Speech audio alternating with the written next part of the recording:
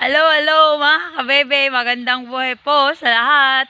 At yun nga po mga kabebe ay, yun nga, may share lang ako sa inyo. Yun nga po mga kabebe, mahirap po talaga yung mag-alaga po tayo ng mga ganito or yung magsisimula pa lang tayo or kahit anong negosyo tas may pagkakatiwalaan kang tao. At yun nga po mga kabebe is nakakalungkot lang po talaga.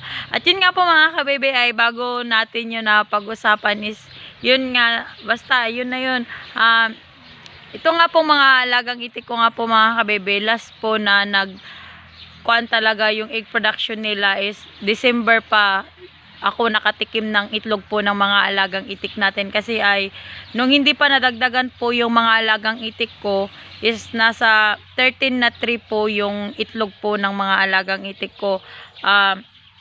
Mag-apat din na buwan mga kabebe na tuloy-tuloy yung egg production nila, kaso ang nangyari is hindi pa po talaga totally lahat nangingitlog yung panahon na yon.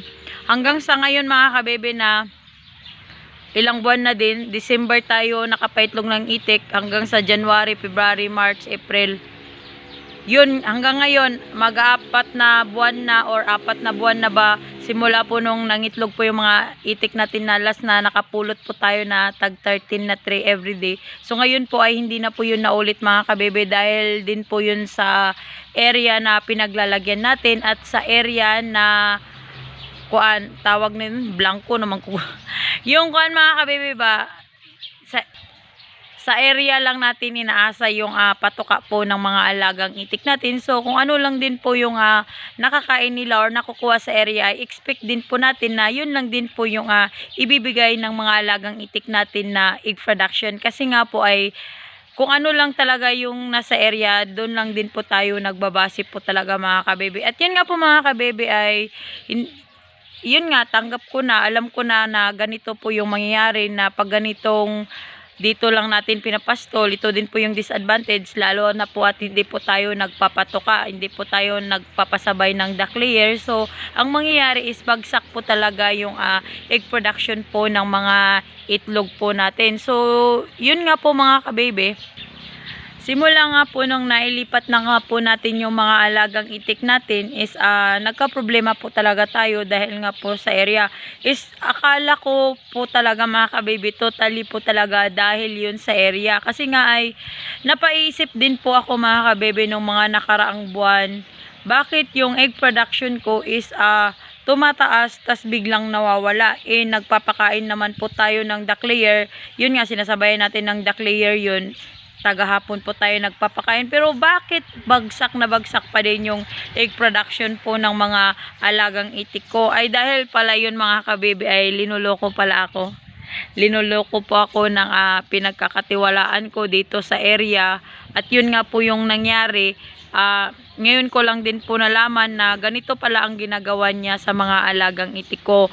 Kaya pala ay tumataas yung egg production ng mga alagang itik ko. Kinabukasan, nagugulat ako ba't bigla-bigla na lang bumabagsak yung egg production. Tapos, pagdating sa area, yung pinapastol na natin yung mga alagang itik natin, is napapansin ko po talaga na marami po talagang itlog na napupulat sa area doon pag pinapastol na natin. Pag ganun pa naman mga kabibi, dalawa lang po ibig sabihin talaga pag yung mga itlog ng mga itik ay hindi sila nakakaitlog doon sa kulungan nila at doon sila nakakaitlog sa labas dito na sa area is dalawa talaga yung problema niyan. Either is kulang ng pagkain or yung na-stress po yung mga alagang itik natin. So yun nga po mga kabebe, bagsak na bagsak po yung egg production natin ng ilang buwan kasi pala ganito pala ang ginagawa ng pinagkakatiwalaan kong tao. Kasi nga nagtataka talaga ako mga kabebe kasi lagi namang po tayong nagpapatuka sa mga alagang itik natin kahit papaano, kahit wala pong tubig ay nasasabayan po natin ng pakunti-kunti na feeds tagahapon at napapaligo din naman natin. Tas yung katawan po ng mga alagang itik natin is sakto naman po yung hulma ng katawan nila, hindi po sila mapayat, hindi din po mataba, yung mangingitlog na po talaga sila mga kabibi. Pero bakit ba Kasi sa area nga na pinaglagyan ko mga kabibi is wala naman po talagang kaitik-itik na doon. Tas yung itik natin is free po silang nakakalakad, nakakakain. May 3 araw lang na maraming mga itik doon, pero 3 araw lang yun, hindi masyadong stress yun kasi nga ay marami tutong magkatabi pero may neat naman kaming boundary. Yung pinagtataka ko lang po talaga, bakit ang dami pong itlog talaga sa area na pag ipapastol na natin yung mga alagang itik. Dahil nga pala yun mga kabibi, kasi pala ito palang taong inaasahan ko, yung trusted ko din po na dito sila sa area, kinukuha niya pala yung mga itlog ko, pinupulot niya po taga madaling araw po. Kaya pagdating ng ikanabitang buyan ng itik, ilabas na yung itik sa kapalayan, pagdating sa kulungan is bagsak na bagsak yung egg production. Kunti lang yung nakukuha ko talaga na itlog. Yun pala yung dahilan pala mga kabibe, kaya bakit hanggang ngayon is hindi pa din tumataas yung egg production po ng mga itik ko, kasi nga po pala ay sobrang na-stress po pala itong mga alagang itik ko.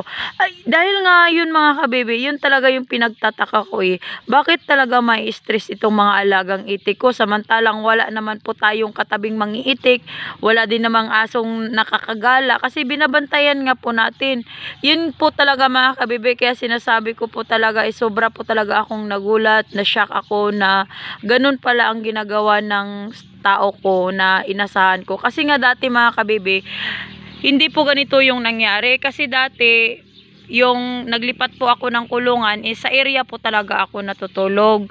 Doon talaga ako, kung saan yung itik ko, ay doon talaga ako natutulog. So, ang nangyari kasi ngayon mga kabebe, kasi yung mga alagang itik ko is malapit lang kasi dito sa inuupahan kong bahay. So, ang nangyari ay hindi na po ako natutulog sa area, kundi is yung tao ko na lang yung natutulog sa area. Kaya kumpiyansa din po ako na mababantayan po nila yung mga alagang itik ko. Hindi ko pa pala mga kabebe na ako pala yung binabantayan nila. Sa tuwing pupunta ako doon, nagtataka ako, nagtatanong ako, bakit bagsak na bagsak yung egg production natin? Nagpapakain naman po tayo ng feed. So, ang nangyari, ganun pala mga kabebe. Sa madaling araw pala ay kinukuha nila yung mga itlog, nagtitira lang sila ng konti, tapos sinasabi nila na wala nang itlog, ganyan, ganito. So, ako na hindi naman ako natutulog sa area at ako na inaasahan ko talaga sila, ang laki po talaga ng kuwan ko sa kanila na aalagaan nila yung itik ko, yun pala yung ginagawa nila mga kabibi. Kaya sinasabi ko talaga sa inyo, pag mag-aalaga po tayo ng mga itik is yung tao po talaga na maasahan natin sa panahon na wala tayo. Kasi totoo talaga mga kabibi, pag ganito kasi na nakikita mo na yung mga itlog dyan, pera na kasi yan yung naiinganyo talaga tayo na yung ganun. So, dapat talaga na para hindi din po tayo malugi is tignan din po natin yung taong mag-aalaga sa mga itik natin kung naalagaan ba niya at maasahan din, na hindi po katulad sa akin na ako lang pala yung binabantayan nila.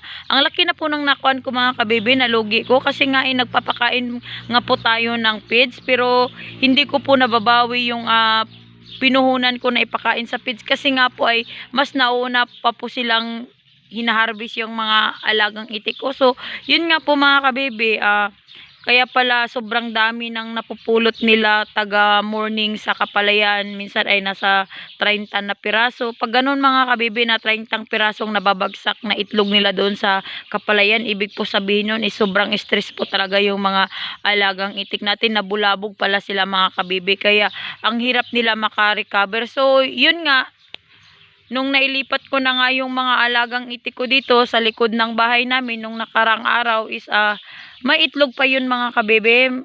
May mga iilang itlog pa. Hanggang sa ikadalawang araw mga kabebe is naging 0 na daw. Kasi nga, tapos ngayon ay may 10. So yun, nagtaka talaga ako mga kabebe. Kasi sobrang busy ko kasi kasi yung mga alagang seho ko din kasi medyo distansya po talaga dito sa mga itik ko po na nangingitlog. So yun po yung nangyari, hindi ko po nabantayan yung mga nangingitlog kong itik. Inaasa ko lang sa kanila na every morning sila na yung maglalabas ng itik. Tapos ako, pupunta ako dun sa mga sayo ko. Kaya yun talaga mga kabibi, hindi talaga natin maiiwasan talaga pag ganito. Yun nga, nakakalungkot lang. Basta, uy, wala lang, sinishare ko lang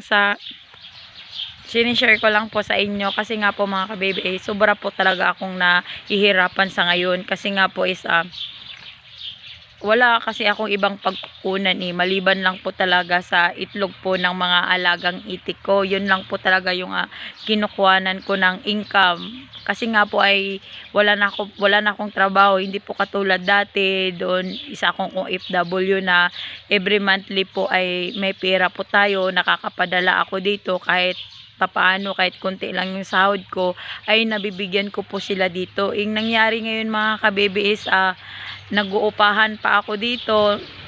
Yun nga, tas yung tao ko, 4 yung sinisilduhan ko.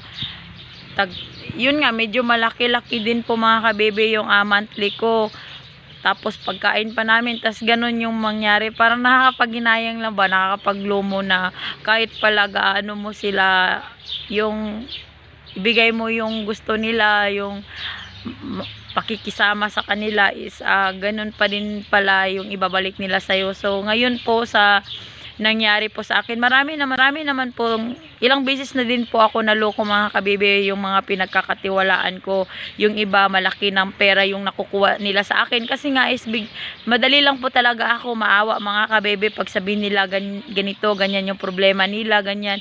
Naawa po talaga ako mga kabibe kasi alam ko kasi yung pakiramdam na ganun yung walang wala ka tas kailangan mo ng pera, tas yun naibibigay ko yung pangangailangan nila, tas yung ibabalik nila sa'yo is yung disappointment ba.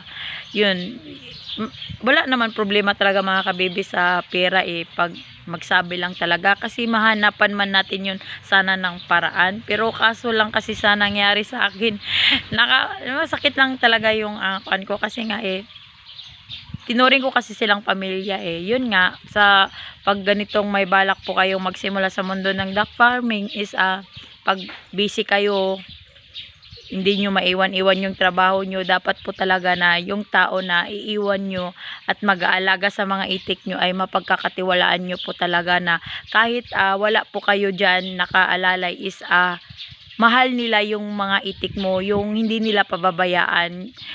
Yun lang mga kabebe. Yun lang, share ko lang.